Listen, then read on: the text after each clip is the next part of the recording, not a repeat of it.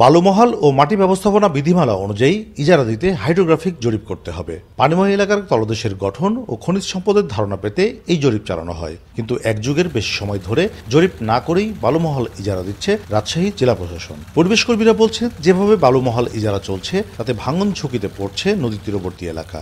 এই বালু feasibility study না করে যেভাবে বালুমহলকে ইজারা দিয়ে বালু উত্তোলন করছে, সেই ক্ষেত্রে এই মহানগরী শিক্ষানগরী যে কোনো সময় ধস নামতে পারে।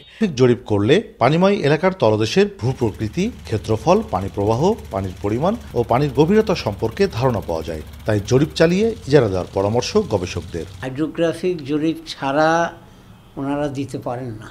বিশেষজ্ঞের মতামত ছাড়া যে কোথা থেকে বালুটা উত্তোলন হবে, সাধারণ মোটা দাগে আমরা বুঝি যে নদীর মাঝ বরাবর যেসব বালুচর পড়েছে সেখান থেকেই বালুগুলো উত্তোলন হওয়া উচিত।